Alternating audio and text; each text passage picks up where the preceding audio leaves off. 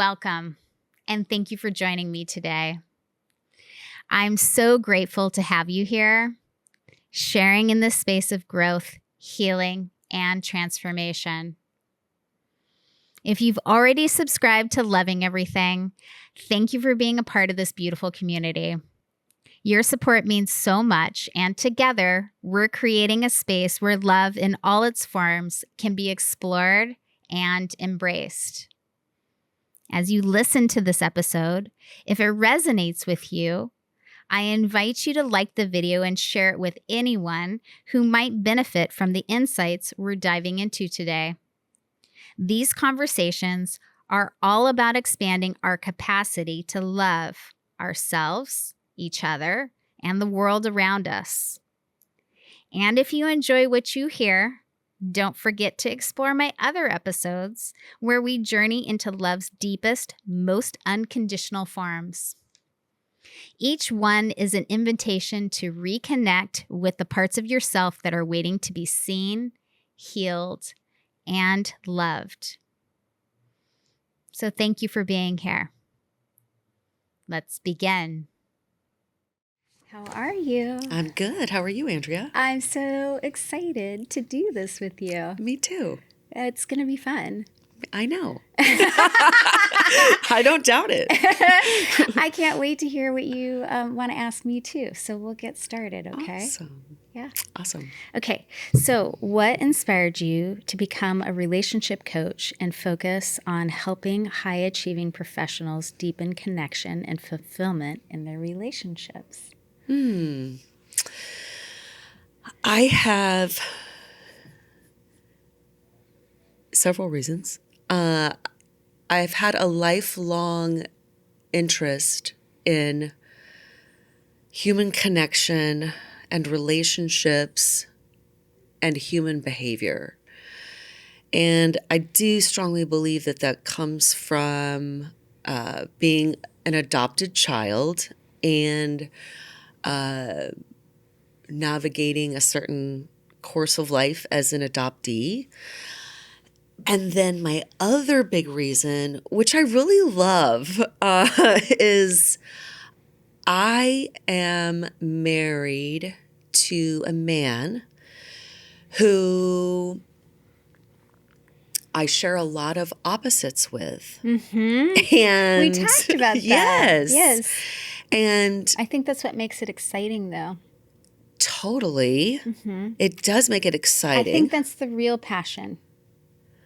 Ooh, this conversation is going to be good. Because I do believe that. I think that's the real passion. I do believe that. As opposed to like anxious avoidant in the sense that like the anxious creates tension in the relationship or, is really demanding or super needy or highly critical or creates drama in some way for that push-pull dynamic because they're not used to calm. Yes. And chase. Yeah. Mm-hmm. And honestly, hearing you say that, I mean, I feel that both him and I have a little bit of that. Oh, sure. Yeah. We both exhibit adopted, that. Yeah. Then my guess is that you're anxious attachment style. Yeah. But you've been together for quite a while. Yes. We are actually going to celebrate our 17th anniversary at the end of this month. I had to Congratulations. Do the quick math. Yeah. Thank you. Thank you. I know what that takes. Thank you for saying that. I appreciate that. Mm-hmm. Yeah, it's been a wild, lovely ride. As life is. Yes. And so he and our marriage have also fueled an additional fire under me to,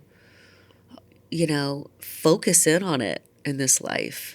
I feel like I not only work this professionally, everything we're talking about, but I live and breathe it every single day, like literally every hour of the day because we work out of the house together. So, I'm maintaining a lot in our own relationship on a regular basis. And I love that I can bring that authenticity to the table in what I do. Like, I'm not coming to the table from a perfect marriage by any means. Right. Who has a perfect marriage? No one. But it's funny how many people really strive for a perfect marriage. Well, because that, if I control it, right? Yes. Then I have control over the outcome. Yeah. Especially if I have a lot of fear of failure. Right. Right. So we're just not going to argue. Or I'll avoid large conversations, or to keep the peace. I'll keep the peace. Become a people pleaser. Right. Yeah, I mean, there's definitely a very fine line between that, let's keep the water smooth and not really address this the way we should, versus sometimes over addressing things and it becoming a volatile. A much bigger conversation than it needed to be. Right. Yeah. And so, how do we find that middle ground, which I think humanly is hard. Well, I think we're talking about regulation now. Yes. Having a conversation when you're regulated. Yeah. And soothed. Yeah. As opposed to in the heat of the moment when you're activated and you potentially have some maladaptive tendencies or coping strategies or reactions, right? Yeah. That come into play in the heat of the moment. Right. Right. Yeah. So that's been a learning curve for 17 years. Yeah. Or longer, because you met him before you got married. Yes.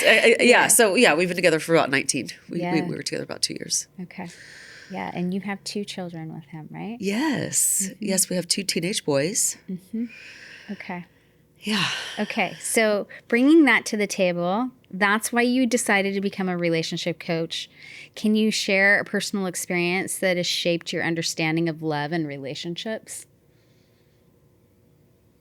A personal experience? Yeah. That's hard to narrow down.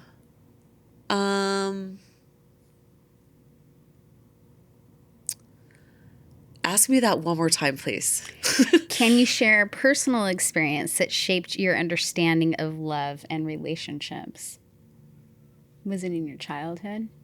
There's so many. My brain is literally scanning so many. So I'm trying to slow down the reel.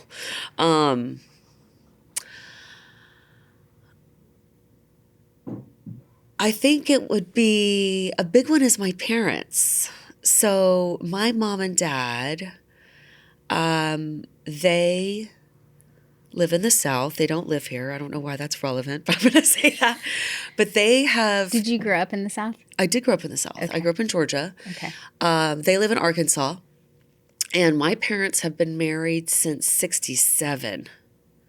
That's a long time. So, but what I really love about my parents is that you wouldn't know how truly sweet and intimate they are if you didn't see them behind closed doors. Interesting. So they're not like that outside of the home? No. No, my dad is this awesome New Yorker, personality, quick wit, a little loud, and my mom is this Southern belle who, so he's even got the strong New York accent and she's got the Southern belle accent. And it's sweet because she actually dated, long story short, she dated his roommate in college.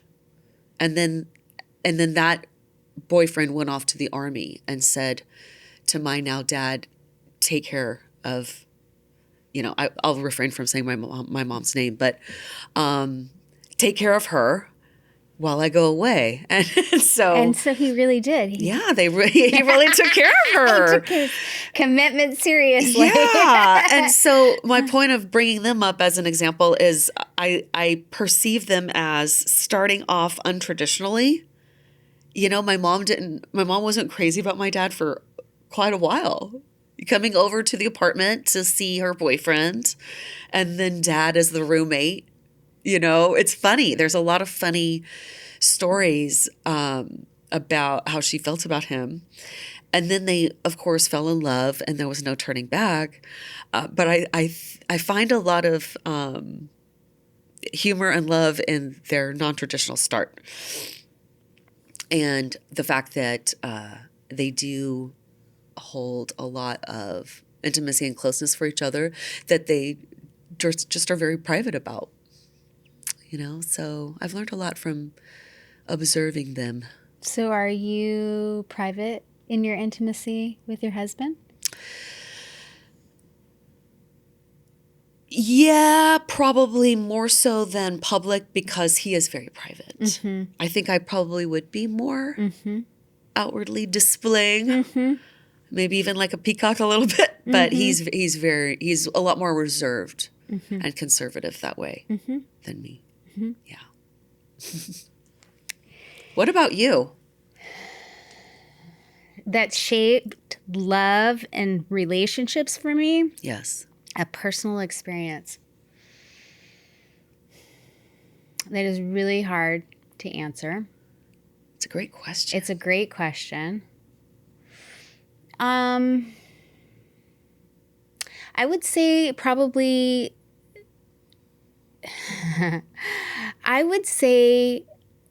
was thinking about this morning, actually, in the car right here. I recently, in this last couple of years, I think it's been 2 years, I got back in touch with somebody that I had a crush on in 5th grade. Oh. And I would love to say that my parents gave me the ideal model of what love and relationships was, but that's actually not true. I'm not able to say that. So, this person and I got back in touch on, I think, Facebook. You know how that works. Oh, yeah. But the point is that I had this crush on this boy in 5th grade, and I think that the school was doing some kind of thing for Valentine's Day, like, $2 rose or stuffed animal or whatever it might have been, and I did it for him. Uh-huh. And I wrote him a letter in addition that my friend at the time helped me write. And I still have the letter. And the letter got taken around the entire school. And I got teased about it for the rest of the year about how I had a crush on this kid. So I think it's not as happy of a story as yours, so I apologize. But I have gone back to that moment in history so many times because I think that was the beginning of a belief that I had that that boys in general wouldn't show up for me. Ah. And why are you apologizing, by the way, for telling that story? Well, I'm not apologizing for telling the story necessarily so much as preparing you for the fact that it's not a happy one, I guess. Honey, I can deal with your heart and your truth.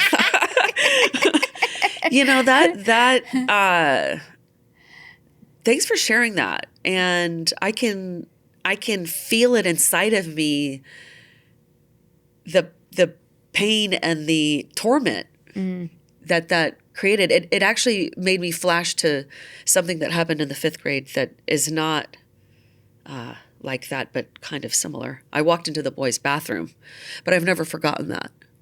But yours is much larger, I get teased a lot in school, especially by boys, and I never understood it.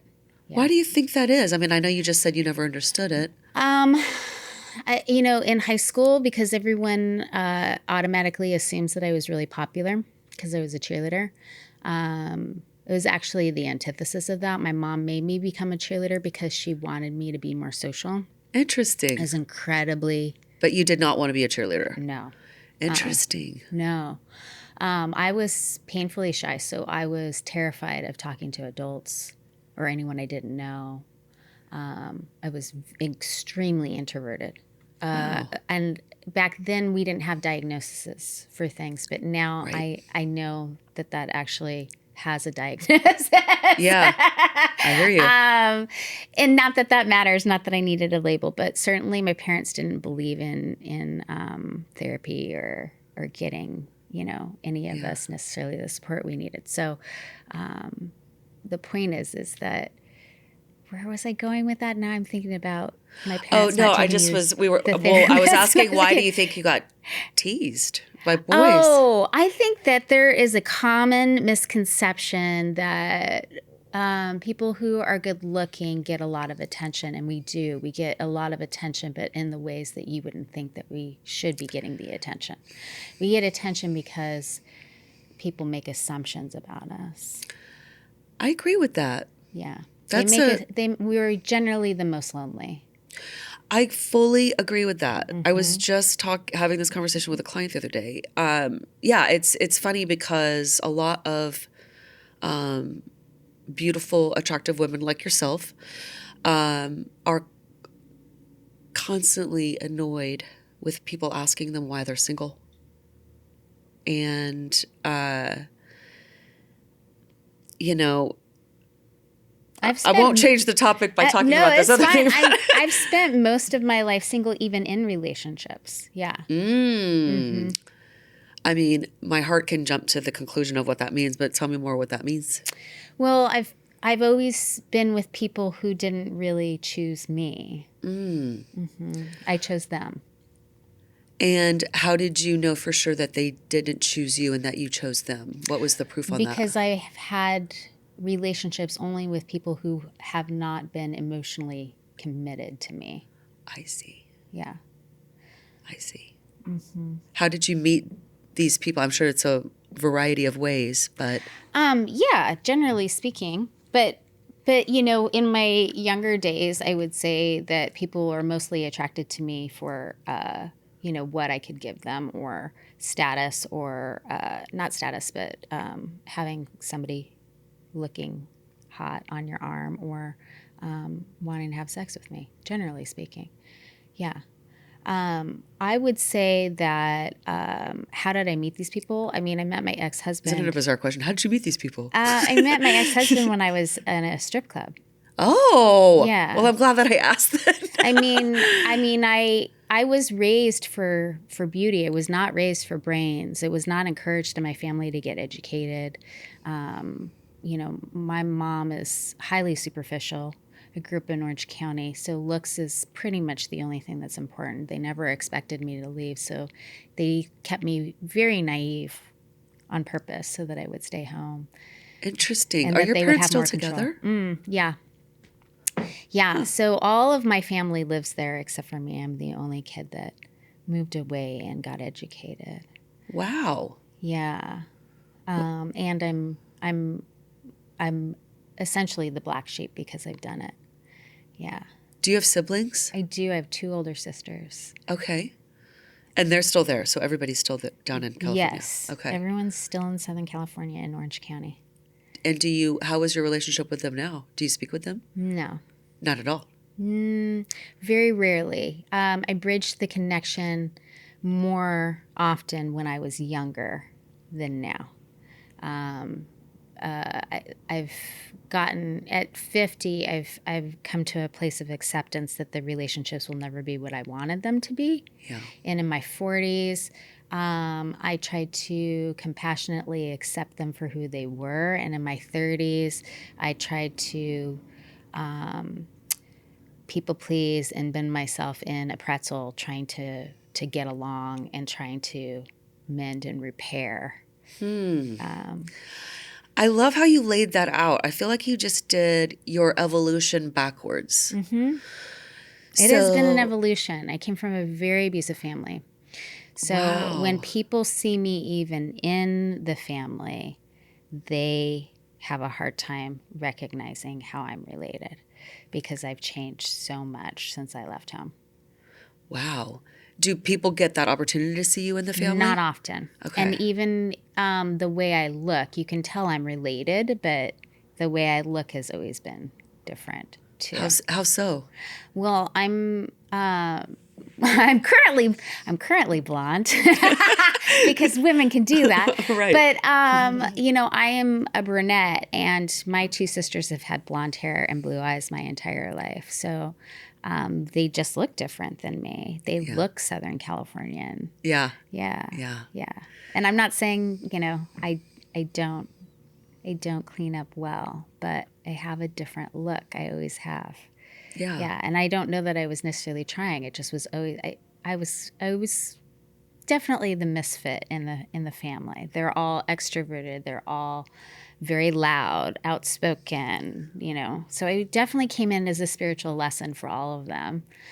I was the baby. I was sick all the time. I had asthma. I almost died at 18 months. Like there was a lot of stuff that happened with me constantly Wow. that required the family to have to pull together. Yeah. How much younger are you than your middle and older sister? If that makes sense. Yeah, my sister that's closest in age is 5 years older than me, and Got the next one is 6 years older than me. Okay. So yeah, they chose to have another child. I was the one that was planned. That's what they tell me. Oh, I see. Yeah. So they really tried hard to raise me differently than they raised my two sisters. They kind of gave up on my two sisters and put all of their attention and focus on me to make me what would be considered maybe the golden child.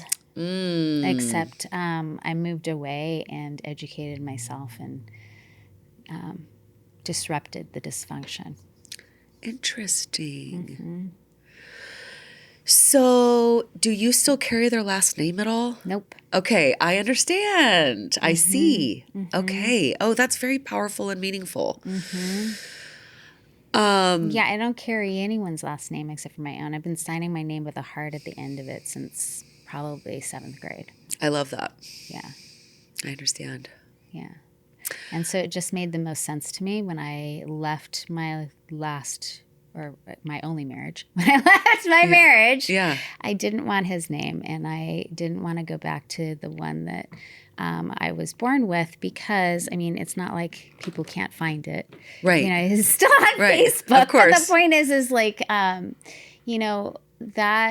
that name, I was teased for that name even, and I was always first in line because of that name. And I don't have a problem saying it. It's Russian, so nobody can pronounce it, and you're having to spell it all the time. And I didn't have shame for it, but it caused me a lot of issues growing up. Yeah. Wow. Yeah. So I always wanted my husband's last name. I was always looking for another last name, even younger. Interesting. And my heart can understand that. But I think I was also trying to disown my family. Yeah. Do they know that? Probably by this point, yeah. Yeah. I'm sure it's fairly clear at this point, yeah. Does your mom, I'm zeroing in on her for my own reasons. Did she ever try to spark any kind of connection or anything with you over all of these years and decades? Does she try? Does she do? Her level of trying, it depends on if she's emotionally regulated. Her level of trying depends on what state of being she's in at present. And a lot of times she's stuck in her child.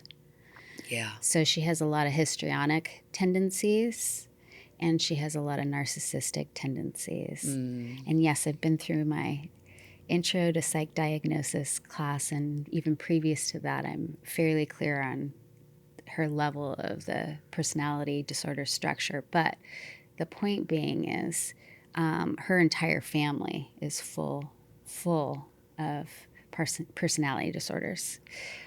So it travels in both sides of my family, but significantly in hers. Wow. And so having a conversation with her just depends on what mood she's in. Okay. And so does she make an effort? Yes, she makes an effort in sometimes tantrums. She makes an effort in stonewalling me,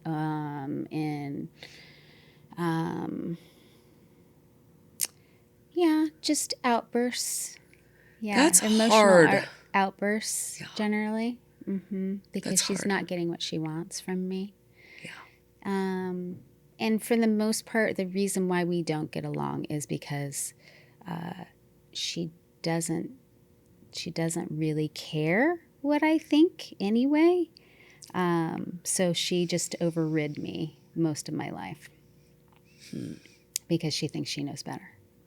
I'm sorry. It's okay. Yeah. So that was just the relationship that I had. And I felt the need to survive in that family more than anything. Yeah. So I think I made a conscious decision at about 12, and I'm sure I've mentioned this before, but at about 12, I looked at my two older sisters and how their lives were going. And I was like, I have to get out of this family or I won't survive. Wow. Yeah. So that was the question that came up in my heart that you kind of partially answered right there. You know, when did you realize that your family members had these personality disorders? Because it is one reality. I didn't before know what you know? I knew that my family was not right. Yeah. I absolutely knew. By probably fifth or sixth grade, but definitely by junior high, because by junior high I was allowed to have, we lived in a very isolated area of Southern Orange County, up on a hill with custom homes. And so we weren't allowed, my dad was profile attorney in the news all the time. And he was a hotshot, and he wouldn't allow us to get, this is all during, all of the mass murders, and a lot of things happened in the 80s and the 90s. So there was a lot of fear and panic, a lot of news cases. We didn't know how to solve crime the same way that we do now. And so my dad definitely had a lot of fear because he worked in law. He'd definitely seen some pretty ugly things that had informed him of that, for sure. But he kept us very isolated. We weren't allowed to give out our phone number, and we weren't allowed to have a lot of people over or go over to people's houses very often. And so was he affected by certain, because my mind is flashing to that era, and there was a lot of horrible things happening to women down in LA and Orange County at that time. So he it sounds like he was really raised us to be afraid of men. Oh, yeah. My goodness. So and until this day, for instance, he's over 80. In December, I was moving my daughter. We were standing on the street, and her neighbor from the apartment upstairs asked to borrow her phone because he had locked his in his car, which was sitting on the street in front of us. And my parents didn't understand what was going on, and they were sitting in the car, and they lectured her about how he could have stolen her phone and then taken her somewhere. And so they just live in a mentality that the world is going to get them and that bad things happen to people. So that's just kind of how, that's just the lens that they live through. Yeah. Yeah. A lot of fear. Yeah. A lot of fear-based thinking. And do they watch a lot of news? Yes. Okay. My dad watches the news nonstop. I wish my parents wouldn't watch so much news. I know. It's that generation, unfortunately. Yeah. Yeah. Yeah. And I'm not saying stay misinformed. Yeah, right, exactly. I'm saying having Fox News on 24/7 in the background. Mm-hmm. Yes. Can do something to you. Yeah. 100%. Yeah. 100%. Yeah. So, wow, for you to be able to, and I'm sure it was decades of processing and work on your part, but to be able to get to where you are. I didn't realize until you asked me that question. I guess I never really answered it. I didn't realize that there was a such thing as personality disorders until probably my early 30s. I went to Barnes & Noble and I bought a book on narcissistic personality disorders that had a checklist in it. And my ex-husband, I could check the entire list, but he wasn't. This is back when we knew less about it. So I didn't have a distinguishing factor of covert versus overt. And so because he wasn't overt about it, and I didn't really want to believe it about him yet. Yes. I made excuses and hid the book, but I certainly had a good idea that I was with someone who had narcissistic traits for sure. Wow. And so I knew that I had chosen that person at that point because of how I was brought up for sure. Wow. And That's how powerful. how relationships were modeled to me. You know, it's Which is interesting. completely dysfunctional. Yeah. My family is like they could have a reality show being in the room with them. Yeah. It does sound that way. Yeah. It sounds like It's very uncomfortable. you would have a lot of content.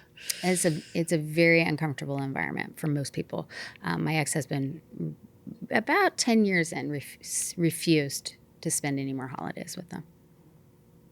Wow. Mm-hmm. Wow. So, yeah, my mom and him can't stand each other. Wow. Mm-hmm.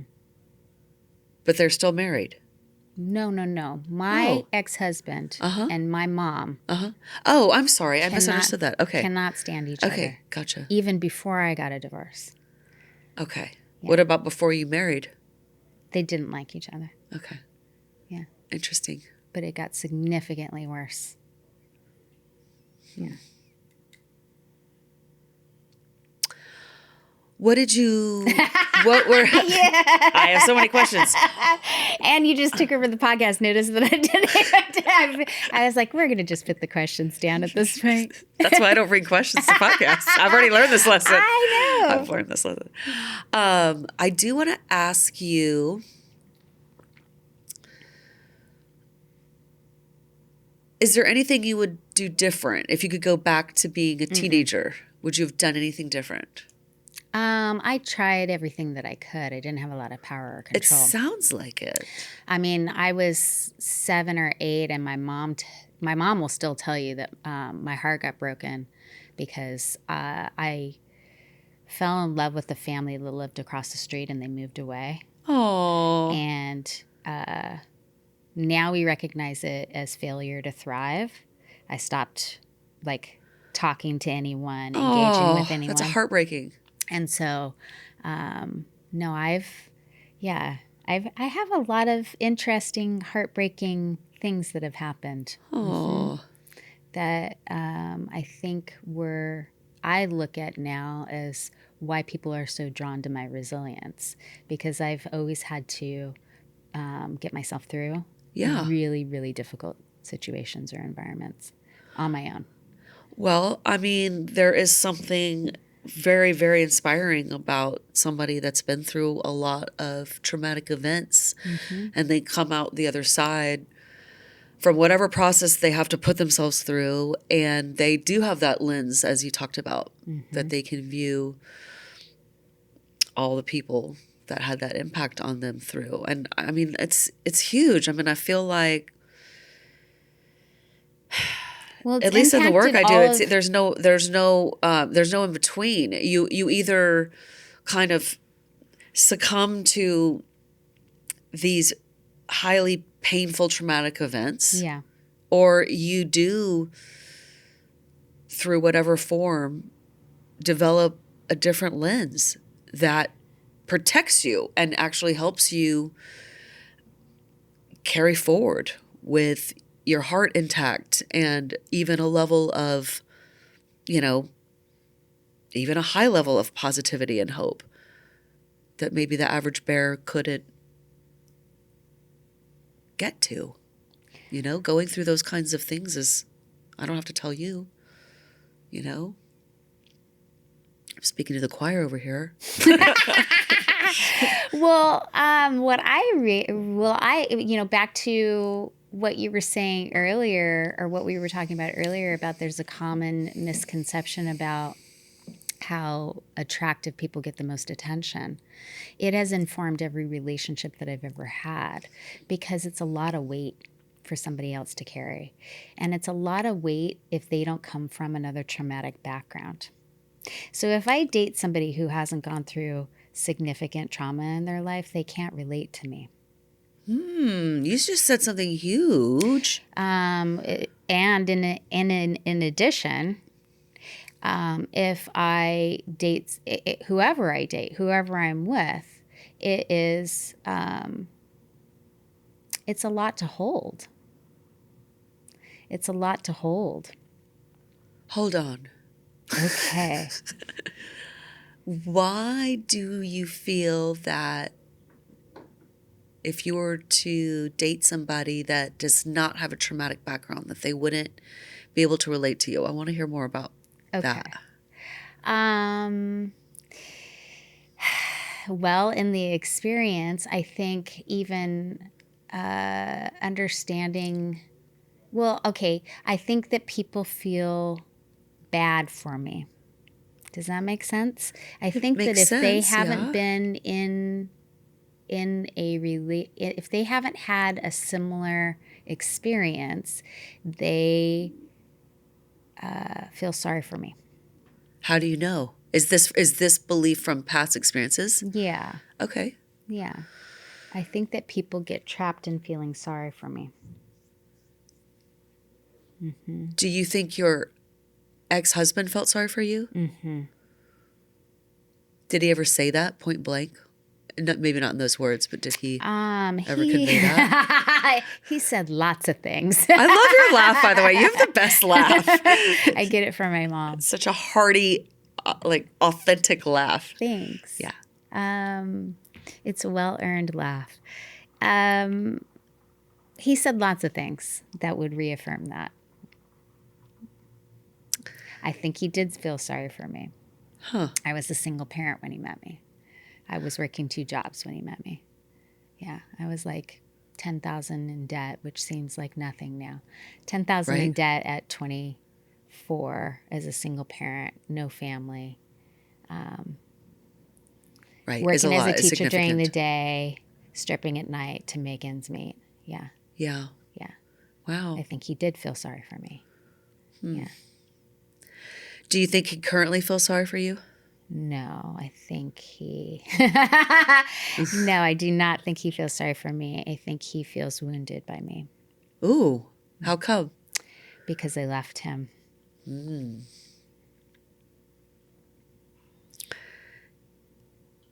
Just like I left my mom and she will not let me live it down. Really? Yeah, she's still angry about it. She still reminds me. That's actually what she would say. Well, you left. Does she? You visit us. You visit us. We're not going to come visit you. You visit us. You left. Wow. Wow. Yeah. That's a lot. So when I took your assessment, that's why I was like, I don't know if I agree with all of this. Yeah. Oh, let's talk about that. Yeah. Yeah, I'm Because glad. it makes a lot of assumptions, and I'm like, no, that hasn't been my experience in relationships at all, actually. Yeah. Yeah. Yeah, I loved when we met. You were like, give me a little something that you is part of your platform or your toolbox, and I really appreciated that that you asked for that and that you took the assessment and like you and I talked about. I love assessments as a part of my coaching. Me too. I do take it with a grain of salt. Me too. So if there is an assessment that I'm quite attached to, it would be this 6 universal human needs. But I think that But I it still doesn't take it with a take grain of salt. into effect or account any trauma. Right. That And might sway that experience. there's a lot of, the sizable hole in the assessment is the amount of choices. It should have probably 6 choices instead of 3. So not to get into semantics of the test itself, but I think it provides I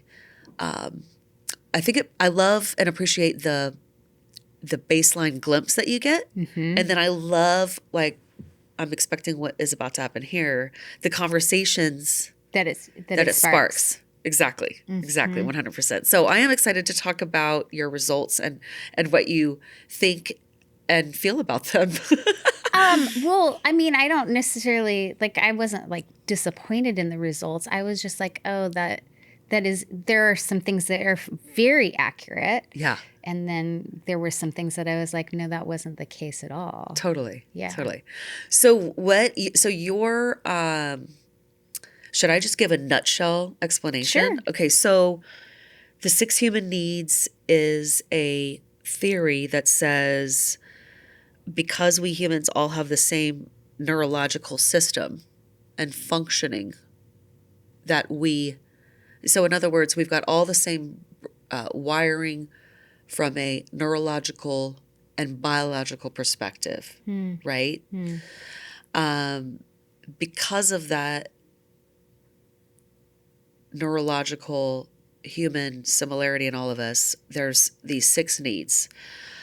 And they are love and connection, certainty, variety, significance, and then growth and contribution. And by the theory, it says that each of us we favor 2 of those needs over the other 4. Yeah, significance and contribution. Yes. Are those yours? Oh, yeah. Oh, I thought they were growth and contribution. Oh, maybe they were.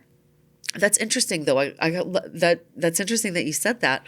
And so, whatever those I top think 2 needs are. most people is significance and contribution. Ooh, why? Because I think otherwise they don't feel like they have a purpose.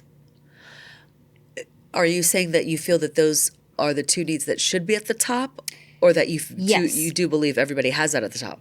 No, I don't believe everybody has that at the top. Yes. I believe that everybody should have that at the top. Otherwise, they do not feel like they have a purpose being here. I totally agree. I Yes. totally agree. Yes. That's why when I first saw your results, my first thought was, wow, Andrea has a natural human needs blueprint advantage because you have the 2 spiritual needs at the top. So I love that you But say that wasn't the case. Well, maybe it was. Maybe it was. When I look over at my life, maybe it was that I always had those. Yeah. well, It is gotten significantly stronger in the last, 5 to 10 years. what has gotten significantly stronger? Those 2 needs have prioritized my life. Significance and contribution, or growth and contribution? Growth and contribution. Okay. I love that you brought up significance because nobody should put their brain in a box on any of these needs. So what I'm hearing you start to say is that you get a lot of significance I do. from probably meeting your need for growth. So your own growth and development is probably a lot of overcoming the intensity of your traumatic events. That's a lot of growth. And I've done exponential growth. Yes. And you, Yeah. I mean, I'm constantly growing. yeah. And I can feel that from you, that pride that comes from all that courage and that overcoming, And so I hope I'm making sense. I feel and sense from everything that you're sharing that that you could have gotten your assessment scores back and growth is there blaring at the top, but that growth could equal significance for you. Like the test marks it as growth, but you feel it as your need for significance. Yes. Does that make sense? Oh, for sure. Yeah. Whereas somebody else could have significance at the top of their list. Yes. And growth has nothing to do with how they meet it. Yes. They could meet it by being an egotistical jerk. Yes. And feeling like I'm the most powerful person in the room. And of course that has nothing to do with growth. Yeah. Yeah. That has stuff to do with other things. But so I love that you brought significance up. And I do agree with you wholeheartedly, even though I think most of my lessons in my life have been about being significant. Right. Right. Well said. Yeah, I can Which really is why I think I didn't totally hone in on it until the last 5 to 10 years. hone in on what? On learning that for myself. Yeah. Yeah. Learning how to find that. Yeah. Interesting. Yeah. Find Okay. it for myself, not for other people. Yes. Which is a huge difference, right? Yeah. Like night Of and course. Yeah. Because I was at service for pretty much my entire life for other people. Yeah. day. That really resonates with me. There's a huge people pleaser in me that I still fight every single day. And, I'm out about it. I remember writing about it openly for the first time about a year ago. I wrote a blog on it, and I was proud of myself for coming out because I feel, I feel some shame with that part of me. I think everybody does. Yeah, and I don't love flaunting that. Well, I think everybody struggles with that, Yeah, feeling shame about it because it is shamed. yeah. Yeah. It's like I'm turning 50 this week. I keep forgetting my birthday. My birthday's this week. I'm turning 50. Happy birthday. Thank you, love. Thank you. And I'm bringing that up because I was talking with a dear friend of mine yesterday down in California who I've known forever. And oh my God, I totally forgot what I was going to say. You were talking about your birthday and you're turning 50. I know, but what was I going to say about that? I was bringing up something. I totally forgot my train of thought. That's okay. That's all right. Oops. I do it all the time. I even do it on this podcast. It depends on the conversation I'm having with people. Yeah. Yeah. Sometimes I'm totally in it. Yeah. I forget. I Well, forgot it's what I no was going to different say. than earlier. I started thinking about my parents taking me to a doctor and I totally forgot what I was saying. Yeah. Well, what happens with my brain is in these kinds of super meaningful conversations, it just sparks all of these questions. And then my brain is a little bit on overload. Well, because also you have to wait for somebody to finish talking and you're trying to listen to them and then the conversation changes and that reminds you of something else you want to say totally. And then you're like, all God, these I have things. 5 questions that I want to ask now. Yeah. All the mind tangents that pop up. Yeah. Okay. So anything else that you're curious about? I do. I want to hear. Okay, so it sounds like the way the significance. scores. You were talking about significance. Yeah. So it sounds like correct me if I'm wrong, as always. It sounds like your top needs resonate with you. Yes. What did you find didn't resonate? What were you like, no, this is not me? I wish I would have read the assessment this morning. That's okay. I just remember it was with regards to how it viewed how relationships had been for me. And I didn't completely agree with how it formatted that. I seem to think that I struggled with it alluding to my relationships being really I feel like it said I was really codependent in my relationships. Huh. Maybe. I don't remember. There was something that it said that I was like, I don't know if I completely agree with that. I could pull it up, but that seems quite judgy of the assessment, to be honest. Honestly, I don't remember exactly. No, I'm being serious. That's why I wish I would have read it this morning. You might need to pull it up and send it to me. This was over a month ago. Did it really call you codependent? I mean, I don't know. That's why I do love to preface any talk about this assessment with take it with a grain of salt. Yeah. I mean, I've had plenty of people over the years be like, I haven't heard the codependent one, but I've heard people say, I'm really taken aback by this detail in my results interpretation. Yeah, yeah. And I never love that for anybody. I never want anybody to take in something. It didn't get my history right. We'll just put it that way. Exactly. Whatever that was, yeah. I don't remember specifically how it framed it, but how relationships have gone for me was not how it thought. Yeah, then throw that out. Yeah. And it's interesting because that assessment... And I won't say that I wasn't codependent in relationships. I'm not saying that. Yeah. But how it phrased it, I was like, no, that's not the case at all. Yeah. Yeah. Well, that's not cool then. I don't like that It's okay. We don't have to focus on the assessment necessarily. Yeah. And that's okay. Yeah. So, you learned that from Tony Robbins. I did. Yeah. I did.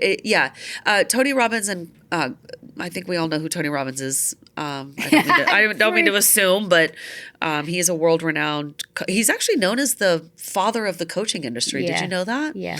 And then he has My ex-husband had his books, definitely Awaken the Giant Within. Oh, yeah. Like, I think I think I read that in the early 2000s. Yeah. How do you feel about Tony Robbins? I love Tony Robbins. That's awesome.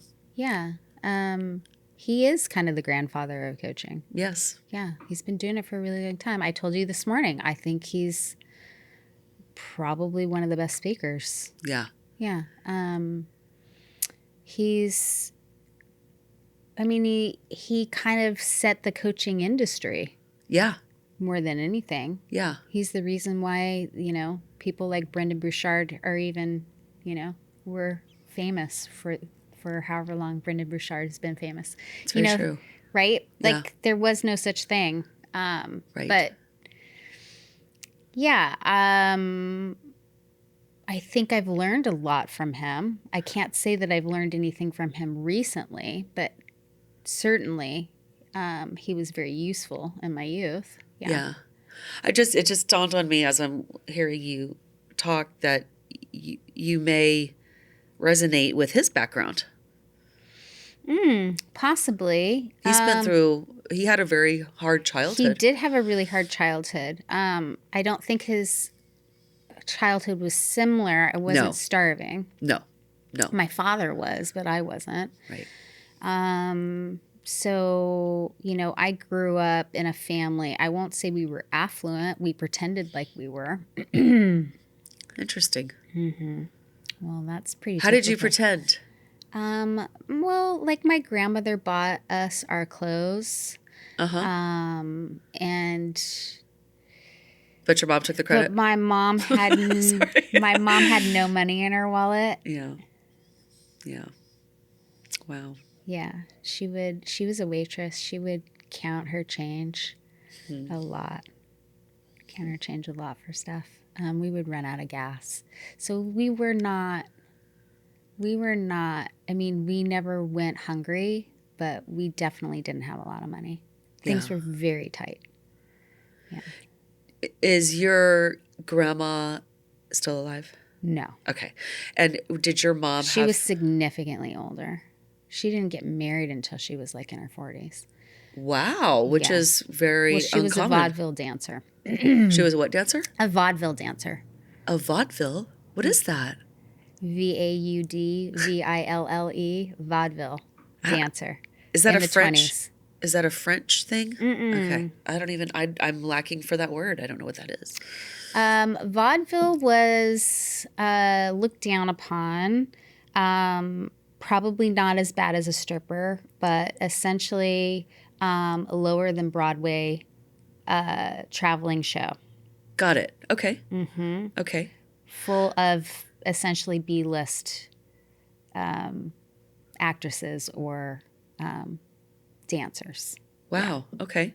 Yeah. They were shows. They would put on shows. So she must have worked really hard to be in the position to support, you and your mom, your family, essentially, right? She was a waitress too by that point. Okay. Later in life, yeah, not educated. Yeah. Yeah, my mom's not educated either. Yeah. Yeah. When your grandma was alive, how was your mom and grandma's relationship? Incredibly overbearing. My mom had no choice but to have her in her life, but essentially would complain about her constantly. Wow.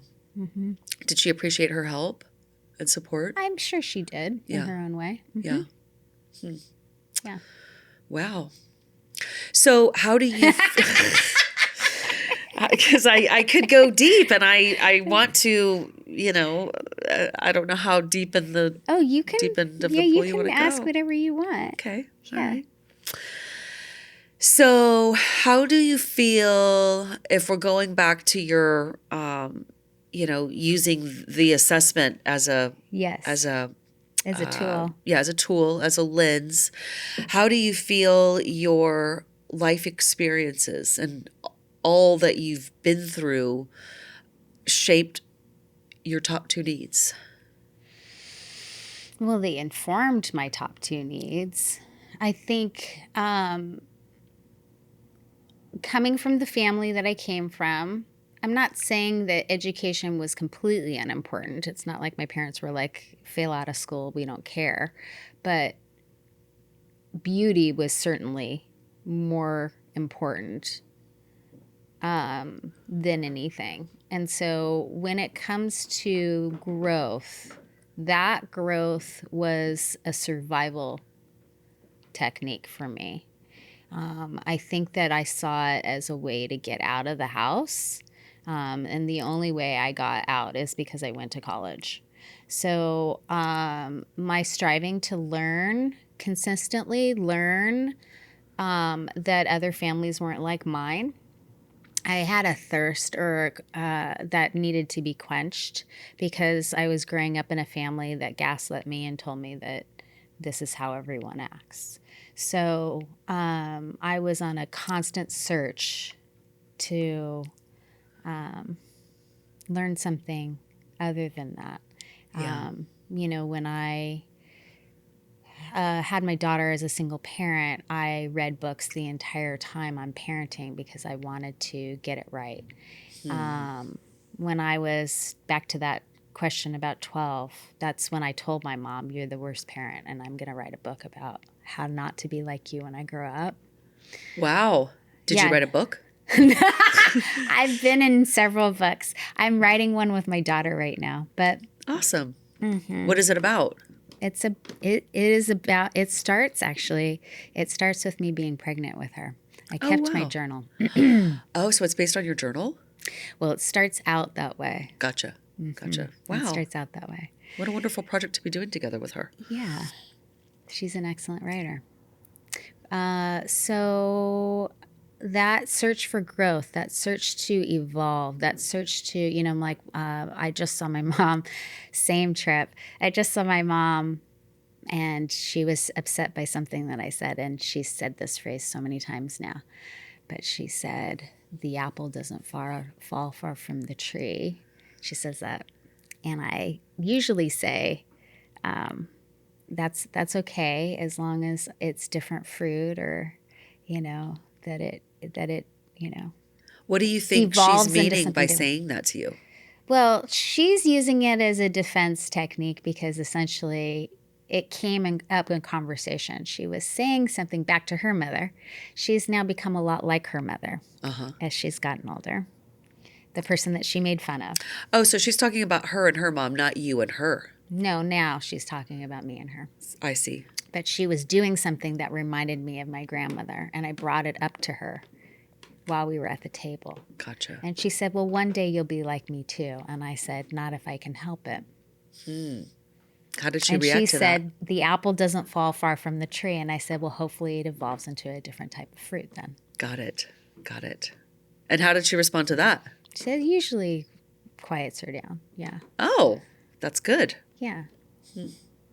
But that's my way of saying I don't have a hard time being related to them. I have a hard time in the way that they treat people and that I choose not to treat people the same way. And I've dedicated my life into treating people differently than they do. Yeah. What do you think your mom's top need is if she were to take this test? Significance. 100%.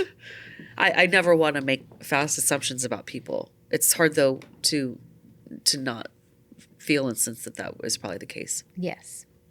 Yeah. Yeah, I do love this tool as a way to look at ourselves. And I can't say for anybody else, including you, gorgeous lady, that this has the same effect, because I think we all have to uniquely process and get through our experiences in our own unique way. But I do love how this tool can help us see the people in our life that might be acting not great towards us. Like they could even be treating us like crap. And by the way, for the record, I'm never advocating for staying in toxic dynamics or letting toxic people negatively Mistreat you. impact you. Yeah, I'm of not course. saying that. Yeah. In the cases where it's not toxic, but it's painful AF and it's very difficult to deal with this person, but they could be a key person. It's still a family member that might not be being toxic, but is very difficult to deal with. I love putting them through this lens. You know, I've put my own certain family members through this lens, and it's helped me change my emotional response to their behavior. Oh my gosh, I was extremely reactive to my mom. You know, my mom can say sentences that make me want to jump off a cliff. And once I just kind of assessed her in my own head without her actually taking the test, I came up with kind of like you assessed your mom. I came up with what her top needs are. And I assessed her as being certainty. And then that really helped me redefine in my heart and in my brain why she says these super provocative things to me.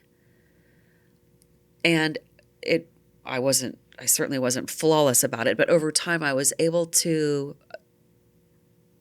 shift my emotional reactions. Yeah. Because, I mean, there were times where she could say something super simple, and to her it was a voice of concern, but to me it was just like a bomb statement that would just, for whatever reason, send me over the edge because I just couldn't believe she was saying it. And then she was always horrified by my reaction to her statement, right? So it's just this loop. Yeah. And of course it is. But it's a pattern unless you disrupt it. 100%. Well, yes, amen to that. And you know, if we're talking about, it's like double dutch, you have to jump out. Yeah. But if we're talking about us being in our generation and then our moms being in their generation, yes, we are the ones that have the power. And you know, for sure. I mean, they're not going to change. No, they're not going to change. But it took me forever to get there. I mean, I think I only really recently owed this truth until a couple years ago. Yeah. I really wanted her to see things my way. I really wanted her, you know, it's exhausting. Yes. But that was why my so 30s. late? That was my 30s. Yeah, it took me late 40s. Yeah, so you're way ahead of the game. Whoa. I mean. But I'm sure that was propelled by experiences. A lot of experiences. Yeah. Definitely. And significant ones, too. Yeah. Yeah. You know, her lecturing me on respect in my 40s. Ooh. Yeah.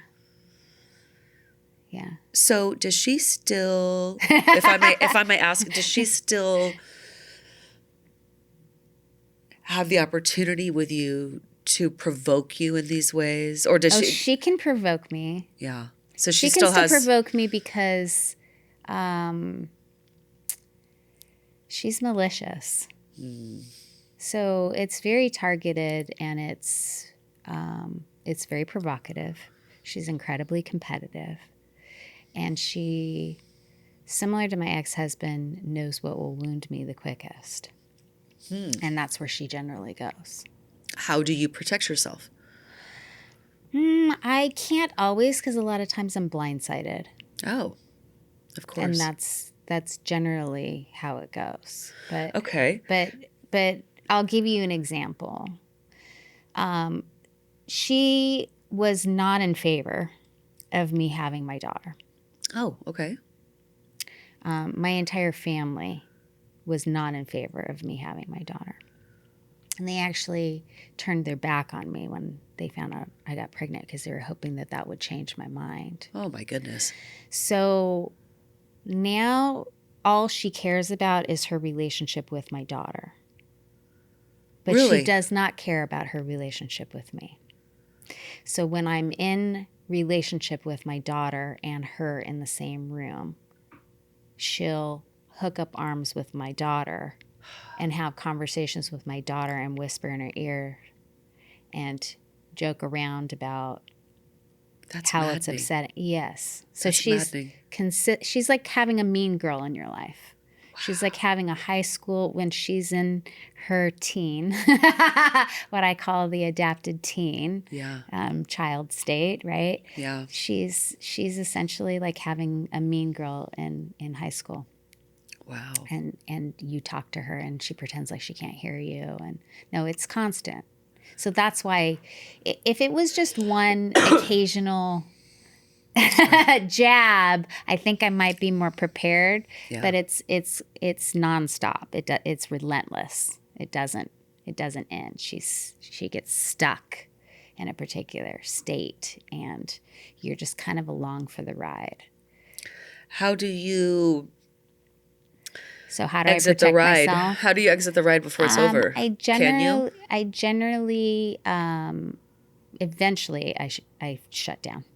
You shut down. Yes, And eventually. then does that lead to her shutting down, or No. leading to her kind of dissipating? Yes. Okay. Yes. Because that was my role. My role in the family was silence. Why? Because my family had too much going on to take care of my needs. My two sisters were very, very out of control. Like, Are they close? mm-hmm. Okay. But like going to jail, getting bailed out, getting written up in the paper, getting arrested, beating people up in bars. Wow. Yeah, things like that. Just constantly a problem. They were the problem children. Huh. Mm-hmm. So there was always stuff going on with them. And my role in the family was to be quiet. Mm-hmm. Which didn't help the shyness. I mean, they all was the chicken or the egg. I'm not sure, but. So are you saying that you, for the most part, endure your mom? Yes. Okay. 100% endure my mom. Is that the way you want it to be? I was the kid that, If that makes basically sense. apologized when my sisters were terrible to her and made it up to her and was the good kid and did everything right and stayed quiet. Are you still doing that? Problem. Is that what you're still doing? No. No. I'm very aggravating for her. Everything I do is aggravating for her. But but it still sounds like you endure her. Like you let her be her. I would have to endure her if I ever were to spend time with her. Well, what I mean by enduring is I in my mind, I'm kind of speaking of it as a communication strategy. Sure. But let me give you an example. Okay. Let's pull out of my mom for a second. Okay. If you were in the room with Trump right now, would you be able to be along for the ride and endure it? Or do you think you'd have control over what Trump would do? If he was in this room, I think that I would have to endure it. You would have to endure it. Yeah. Okay. That's a great example. I have absolutely zero control over what my mom does. She does not care what I think. And there's nothing that you can say to her. There's nothing I can say or do to get her to stop. How long does she? Because if I were, she would say I was disrespecting her. Wow. There is no winning. Okay, let me ask you this. How do you keep roommate, best friend of 33 years in college, met her for the first time and said, "Your mom is a steamroller." Okay, it definitely sounds like she's an intense steamroller. So how do you not lose your head? How do you manage your emotional state? Well, in my 30s, I mom? used to try to change it, fight with her about it, try to get her to see it. Right. In my 40s, I just accepted her for being the way that she was, and then I would soothe myself after every interaction. And that's kind of still where I am. But if I have to spend long-term exposure with her, eventually I shut down because it's exhausting. It's exhausting. And that's where she wants you to be. Huh. That's a big part of it right there. Yes, yeah. That's where she wants you to be. She wears everybody down. Huh. Mm-hmm. honorable that you still choose her. You might not. I see. I can tell in your reaction. You're like, No, I don't know. this is great topic because Yeah. if you would have asked me in coaching like 10 years ago, people who wouldn't talk to their parents or people who had cut family out of their life, I would say, I don't know how I feel about that. And I'm not saying that I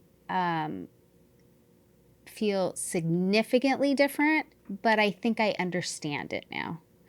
I've always remained in contact with them, but I am to a point where I am no longer reaching out to them. Yeah. So that's been a significant shift, even just with my divorce, because significant things happened during my divorce too with them that changed, is specifically with my mother, that changed, continued to change and evolve that relationship into what it is now. So while I haven't cut them out of my life and told them never to talk to me again, I certainly am not making an effort to have a relationship with them at this point in my life. Yeah. Yeah. I still feel though in my heart that that's still a form of choosing. It is. I want to. I mean, It is. Yeah. Oh, for yeah. sure. Yeah. I'm not saying that I disagree. Yeah. I'm saying that's a provocative conversation because I think that I felt more allegiance probably 10 years ago. I felt like I had to. Gotcha. Oh, choice out of obligation than your own Yeah. free will. Yes. I see. Yeah. I see. In my 30s, I was like, I cannot. I mean, no one should wish ill will on anybody, but I was like, I can't wait until they're dead. Like, Yeah. I don't know what that's going to feel like, but it's going to be amazing. Do you still feel obligated to choose them currently? Well, I do because they raised me and they provided for me. Absolutely. Yeah. So there's some semblance of acceptance and compassion for their experience and how they raised me. There's definitely forgiveness for the things that we've experienced together. Yeah. There's definitely understanding for why they are that they are. Yeah. Wait, what did you ask me? You asked me. I don't even know. Do I still choose them out of obligation? Oh, yeah. Yeah. No, I was just saying I still them feel out of like obligation. Yeah. No. To a certain extent, yeah, because they raised me. Yeah. And that's true compassion. Mm-hmm. Yeah, I mean, that's you didn't have to make that choice. No. Even though you still feel obligation. Oh, a ton. Yeah. Yeah. Probably not quite as much as my two sisters who lived there. Yeah. But I think and that has bred resentment too. Yeah. Because I'm never around to help. Oh, help with your mom? Or help with anything. Yeah. Is this regarding your parents getting older? Mm-hmm. Okay, I see. Oh, so they're heavily involved in that? Yes. Okay. Yeah. Okay. Mm-hmm. And I'm assuming that as my parents get older, it will continue to accelerate my sister's resentment. Yeah. Yeah. Mm-hmm. Yeah. Yeah. I come from a very dysfunctional family. That's tough. There's no way to sugarcoat it. Yeah. Yeah. It's it has been a very difficult journey and a very difficult learning experience. It has informed me of all of the work that I do. I'm super grateful for it. Yeah. I have a lot of gratitude for it. I wouldn't be where I am without it. Right. I wouldn't be the person that I am without it. Yeah. So I'm very grateful for the experience, but it was not easy. Yeah. None of my life has been easy. Everything has been hard won. Mm-hmm. I'm looking forward to this next chapter because I'm more informed and I'm making better decisions for myself. Good. Yeah. So I have the wisdom of the past informing me. Yes. Mm-hmm. And I'm coming from an empowered place, and I didn't have that opportunity up until now. What changed it? What made it what made it now versus before? Well, I mean, before I met my ex-husband, I was a single mom. And before that, I was in college trying to Yeah. get away. Yeah. And before that, I was with my family. Are you single now? Mm-hmm. Yeah. And remind me, how long has it been since your divorce? I got divorced a year ago in August of, That's okay, right. a That's year right. ago August. So Like a year and a for half. whoever is listening, Yeah. yeah, right now we're I'm recording just in being nosy. March. Yeah. Don't mind So me. I've been, it's been almost a year and a half that I've been divorced, Okay. but my divorce is not final because he raised it to the appellate court. Ah, Mm-hmm. brutal. Are you dating at all? I occasionally date, yes. Awesome. Mm-hmm. Do you go on the apps? I have been on the apps. How do you feel about the apps? I think that the apps are, I think lots of things about the apps. I think the apps should be used as seasoning on your dating life and not Oh, well said. necessarily the meat of it. Uh-huh. Uh-huh. I like that. I'm not saying I avoid them completely, but they are very well documented and very well documented. It's very well documented that there are more men on the apps than there are on women. Uh-huh. And that, sure, I mean, I think if you were a woman who wanted a lot of attraction, it could be an ego boost for sure. Yeah. Certainly, I'm not saying I don't go on a dating app and not get a lot of attention, but again, nobody's getting to know me, so I'm just consistently reinforcing this cycle of a pattern that I've believed since fifth grade, right? So, Totally. like, I'm not really, I've never met people that way. Yeah. I've been on apps. Well, I mean, my ex-husband and I at certain times had an open relationship, so I was on apps even with him.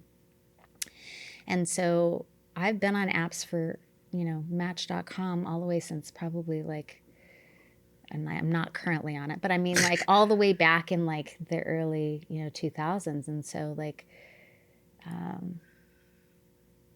I've always known about them. I've just never met anybody significant. I can totally through an understand. app. I fully understand your sentiment about the apps. Yeah. I'm not crazy about the apps at I've always large. met people in person. Yeah.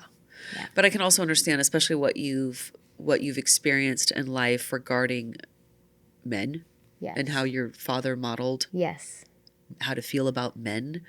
Showing up on a dating app to meet men is probably far from what you truly want to experience. We were. Unless it's the seasoning on top of the meat strategy, which I love. I love how you put that. Can I steal that? Yes, of course. I think that it can fill in your dating life, but I don't think it can be the main strategy. The main strategy. Right. I think it would drive a person crazy. I were to encapsulate this past year, I've been dating myself. I just did a podcast on it. Love that. I love that. Because both the person that I was seeing and my divorce attorney, both at separate times during the divorce, said, "You've never been single. You should be single." And wow. I have been single. I was single in my early 20s, but I got their sentiment, which was basically like, don't rush into something. You just went through something that you're still unraveling, which is true. And that divorce blew my life up. And it's not like I hadn't been through major transitions like that before, because I have many times in my life. Yeah. But that divorce blew my life up into smithereens. And so it was not at my best to even date through the divorce. Yeah. And so finding my way back to me, confirming what it is that I'm looking for in a partner, learning to trust myself, being very reflective on how I contributed to the relationship and why I chose it and why I kept choosing it. Understanding the chemical component that goes along with an abusive relationship, because I 100% was in a domestic violence relationship. Yeah. Taking accountability and responsibility for that, and understanding that there's not only the emotional counterpart, but there's also a chemical reaction that's going on in your brain. So understanding more about it. Which is really fascinating. I mean, that's a whole different topic. Yeah, well, you get a hit of dopamine anytime you're in good favor. Yep. And I've been trained for that my entire life, right? Yeah. So, dating is very interesting to me. I'll just leave it at that, because for the first 2 or 3 times, I'm pretty specific with the person that I'm in front of, that I'm still trying to understand how my nervous system feels around you. And that's really kind of the deciding factor of if we're going to continue to move forward or not. Do you say that too? Yeah. Oh, yeah. I love that. Yeah. How I'm sure there's a variety of reactions to that, but what do you get back? Generally puts people back. Yeah. Really? Yeah. Ah. Yeah. I was really hoping your answer was going to be different. Although I'm not at all surprised. But I guess No. I wanted your answer to be different, but I'm not at all surprised. I mean, there's just this. I'm an interesting combination of people. If you are, which I love. I mean, like, in the sense of, like, if you meet me, I have a very interesting history, and so men get very excited about the fact that I've had an open relationship, or that I used to be a stripper, and so that means things. What if you don't tell? What if you don't tell them? Yeah. Yeah. But what if? Yeah. I'm just presenting the question. I'm not saying you shouldn't tell them. I'm saying, Yeah. What if you were to not tell them that? How do you feel about that? How do you even feel about me saying that? I feel that has to be said at some point, because otherwise I feel like it's dishonest. You're not being authentic. Yeah. Yeah.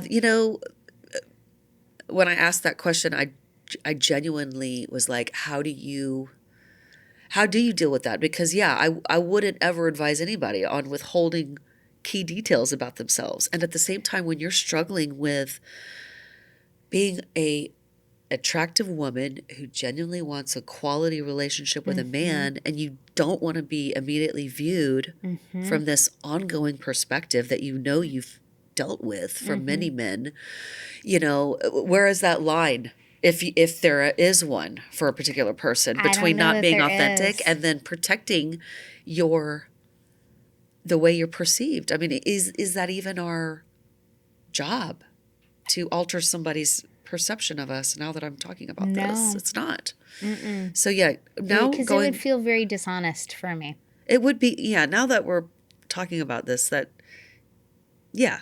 withholding that it might protect you in a temporary moment, but beyond that, you're not protecting anything. No. Yeah. And then how is it not a sense of betrayal for them to find that out later? 100%. I wholeheartedly agree. So then how God, do you what a explain catch-22. You know what I mean? So then how do you explain that? I don't know. Well, I didn't tell you because I didn't want you to judge me, but now you're going to judge me anyway. Right. And then also my mind goes straight to, they're going to think that you're a liar. Yeah. They will not understand your high, true intention of wanting to just protect your own self. That. Yeah. Wow, what a catch-22. That's why I said it's a lot to handle. Not that I don't believe someone can hold it, but that it's a lot to hold. 100%. And when people hear my story, a lot of people feel sorry for me.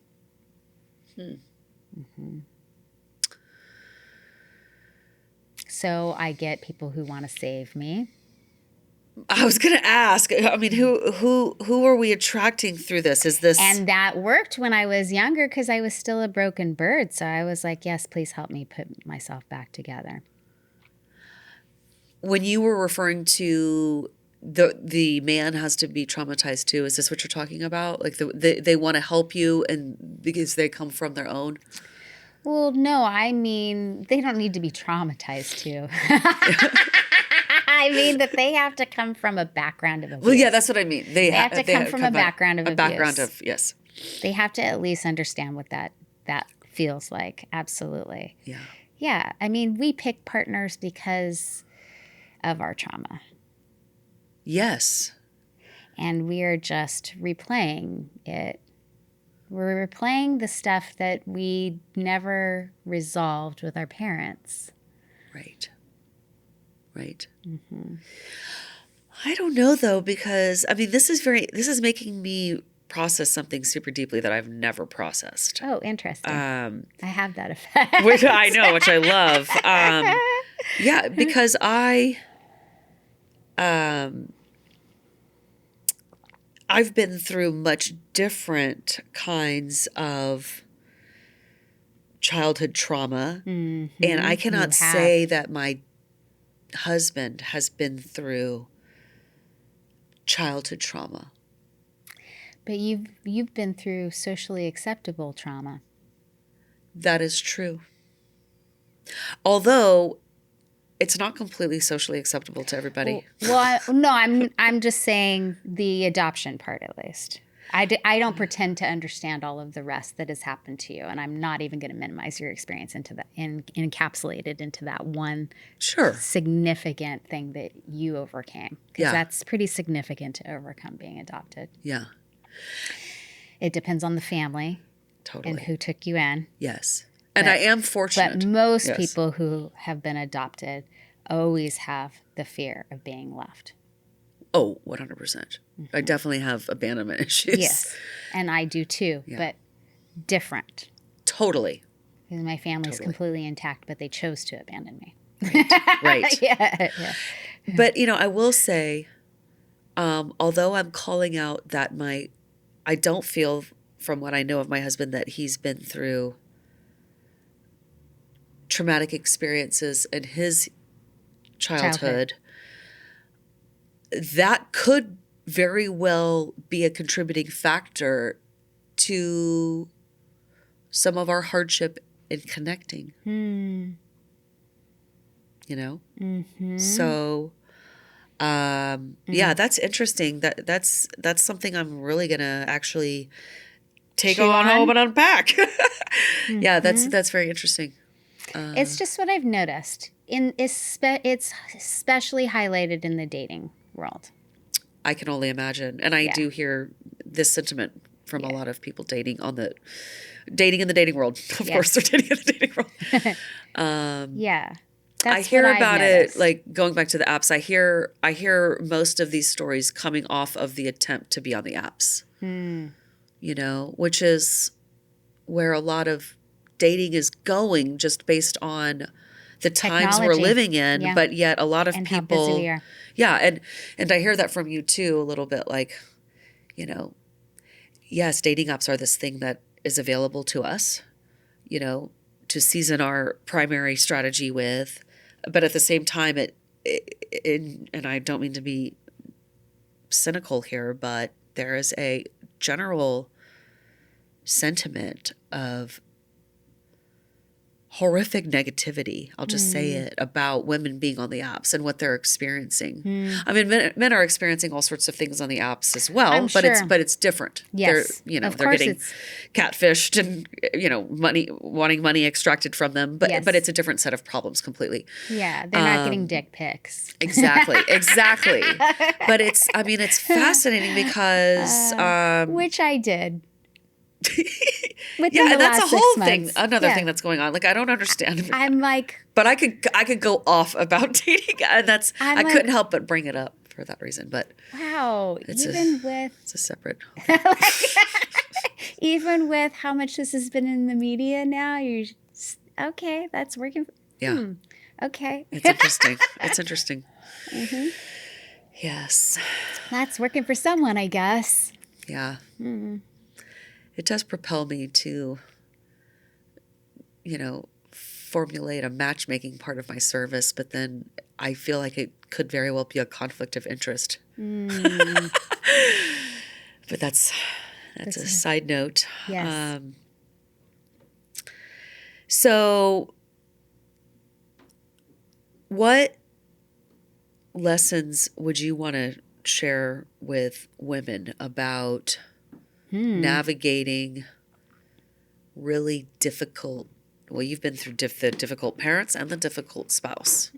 So maybe just twofold or one way of answering that question, how do everything that you've been through, what would be your You think I'm a professional, top? huh? No, you've when you have deep experience, yeah, you do become an expert. I mean, I'm still figuring it out. Yeah. Still figuring it out. But what's my best advice for what? Yeah, exactly? like what would be your best advice for women that are dealing with very difficult people in key relationships, whether it's a marriage or whether it's dealing with a parent or a sibling that, okay, you're not kicking this person out of your life, but they do have a tough impact on you. What would be your best advice in managing yourself, speaking of that emotional state management? Well, a couple of things. One, get the right support. If you don't already have the tools, then I'm not making assumptions, but either read it in a book or listen to it in a podcast or be improving in some ways. Recognize that you probably need to get very clear on what your boundaries are. Right. More than likely, you need to shore up your boundaries and make them at a safe and appropriate place for you rather than what that person has expected from you and or demands from you. Right. And that's a big one. If you're dealing with somebody who is cluster B personality, the best strategy is gray rock strategy that I'm aware of, especially if you're just trying to essentially navigate a relationship with them. You're not really having a relationship with them. You're more establishing a connection. Yeah, right. I wouldn't say you're really relating. There's not a lot of intimacy. You might be managing the relationship, but you're not really having it. Yes. There's a difference. Yeah. For sure. Yeah. And so for people who aren't familiar with gray rock strategy, that's essentially being as boring as a gray rock. Yep. Yeah. And that's how I backed out of my relationship Not with giving my them back that energy supply. Yeah. I mean, you could say that I do that a lot with my mother, but and probably should do it more often with my mother. Yeah. Yeah. But ultimately, gray rock strategy is essentially not bringing attention to yourself. Right. And, disengaging. Yeah. Disengaging. So this is kind of when I was asking you, do you endure? With my mother. Yeah, this is kind of what I envision. Most of the time I disengage. Yeah. But sometimes she gets it. Yeah, she gets at me. Mm-hmm. Yeah. And I don't know that anybody can be 100%. Even with I don't know that Tony Robbins is 100%. No human being is 100% of the time. Right. I think Are we even 100% ever? Well, I mean, you can't be that awake. Yeah. Sometimes you are asleep at the wheel. Yeah. But I would say, you can aim for 65% of being awake most of the time and aware of what is going on in your life. How do you feel about the saying, we're all just doing the best that we can? We are. I don't agree. Well, I think some people could do better, but that's our ego saying that we know better for them than they do. Ooh. Oh, okay. That's good. Mm-hmm. They could do better. I'm sure they could. But if they were able to do better, they would be doing better. See, that's the part that I don't agree with so much love. Because it comes from a place of judgment. It comes from a place of judgment of me saying, well, you could have done better there. It is a judgment, yes. I will fully acknowledge that. And I'm not saying that people shouldn't do better. Yeah. I'm saying that that's not my choice on whether or not you do better. It's your choice on whether or not you do better. I have absolutely no control how you show up for a relationship. All I have control over is how I react and if I continue to choose that relationship, or if I continue to choose those circumstances, or if I continue to choose to allow you to treat me that way. Sometimes we don't have choice. We're married to them. We built a family with them. We've got a mortgage with them. We're really involved. Yeah. And we don't feel like we have a choice. Right. Because everything will fall apart if we change this one thing, or if we show up differently. And yes, it will change things. And people are afraid of losing what they have, because the other side of that is pretty scary. It's the unknown. Right. I don't have any control over that, but I do have control over this. I know what to expect here. That's why I'm not going to change it. Yeah, I'm going to have to unpack that more. I could analyze this all day. I'm sure. And, but I also realize that there's a semantics thing going on. For sure. This is where people that know me well are like, here's over analytical, Jen. But I love this short sidebar that we're having, and I love your pushback on the judgment piece. And it does make me aware, that there is definitely judgment coming out of me on that.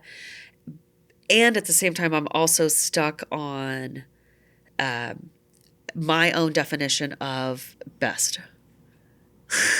Yes. I think I'm more stuck on that piece of it. Yes. Yes. Which is, I know better for you than you know better for you.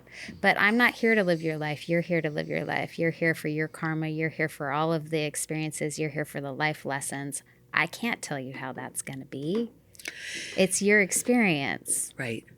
I also have heard people, and maybe this is the part, where I'm judging too. I've heard this phrase used by far the most by people who are not taking responsibility for how they've impacted somebody. And so I think I also have an association that I need to take responsibility for in my own heart about what that phrase means based on how I've heard people use it. But yeah, anyway, thanks for letting me go off on that little tangent. Yeah, of course. Of course. I think we're almost at time. Yeah, we are definitely at time. Awesome. Yeah. This has been fun. Thank you so much for having me on. What an honor to be here with you. We could have talked about a lot of different things, but I appreciate you asking me the questions that you did. Yeah, and likewise, I appreciate you asking me the questions that you did. You're welcome. I feel like we could easily, spark all sorts of other conversations based on what we talked about. Now that you know more about me, I love that I got to know more about you in this conversation. Yes. What a gift to get those layers on you. Yeah. Thank you. Yeah. Thank you. Thank you so much for tuning in and supporting this podcast. Your presence here means the world to me, and I'm truly grateful for your time and energy. If this conversation resonated with you or sparked any questions, feel free to share your thoughts in the comments. I love hearing from each of you. Your insights, experiences, and curiosities always enrich this space. It's important to remember that trauma, often unseen and unacknowledged, can keep us from living fully in our joy. Through my intuitive healing process, I help release the weight of generational trauma, empowering you to reconnect with your true self and experience life in greater harmony. If you feel called to explore this deeper work, I invite you to book a one-on-one intuitive session or even embark on a personalized journey with a Phoenix Immersion, a 2-day retreat designed to support profound transformation. You can find all the details below. For those who've liked, subscribed, or left comments already, thank you from the bottom of my heart. Your engagement means everything, and I'm deeply grateful for the connection we're building in this community. If you haven't subscribed yet, please consider doing so. I'm excited for all the healing and transformation we'll continue to explore together. As always, I'm forever grateful for you, and I cannot wait to see what unfolds next. Take care, and until next time.